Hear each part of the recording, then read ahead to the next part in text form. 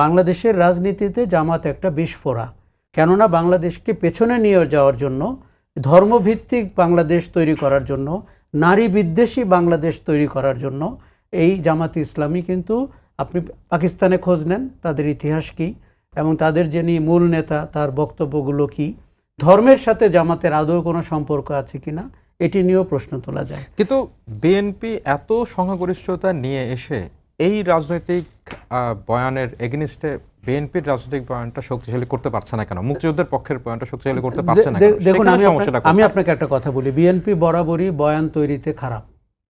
BNP জনগণের স্বতঃস্ফূর্ত vote পেয়ে নির্বাচিত হয়। বিএনপির মধ্যে সফট ন্যারেটিভ তৈরি করার, তাদের প্রতিষ্ঠাতা বাংলাদেশের একজন শ্রেষ্ঠ মুক্তিযোদ্ধা, কিন্তু তাদেরকে আওয়ামী লীগ আমলে বারবার শুনতে হয়েছে তারা মুক্তিযোদ্ধার দল না, এবং জিয়াউর রহমান ছিলেন পাকিস্তানের চর। কাজে বিএনপি এর পাল্টা যে বয়ানটি দাঁড় করাবে, আওয়ামী লীগ দেশের সংস্কৃতি অঙ্গনের 99% দখল করে আছে, অথবা এই অঙ্গনের লোকজন ব্লাড গ্রুপ আওয়ামী লীগ, তিনি নাটক করতে পারেন, গান গাইতে পারেন, সাংবাদিকতা করতে পারেন, কিন্তু দিন শেষে জমা খরচ দেয় আওয়ামী লীগে।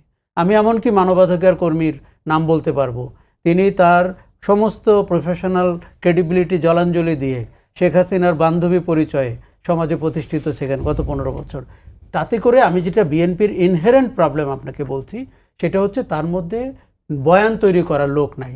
তাদের মোটা দাগে মধ্যমানের কিছু লোকজন এই দলটির সাথে আছে এবং তারা সংস্কৃতির সাথে ডিটাচড, তারা আপনার সফট ন্যারেটিভ তৈরি করতে পারে না, এবং আওয়ামী লীগ বারবার এই জায়গাটিতে আঘাত করেছে। এবার আপনাকে বলি যে জামাতি ইসলামীর এই প্রোপাগান্ডা, এই মিথ্যাচার, ইতিহাস বিকৃতি, এর সময় বিএনপির সুবর্ণ সুযোগ ছিল তার গায়ে যে আওয়ামী লীগ অন্যায়ভাবে বয়ান দাঁড় করিয়েছে সেটির পাল্টা বয়ানটি তৈরি করার। বিএনপি পারেনি এবং বিএনপি আগামীতে পারবে বলে আমার মনে হয় না। আমি সেখানে দক্ষ যোগ্য লোক দেখি না।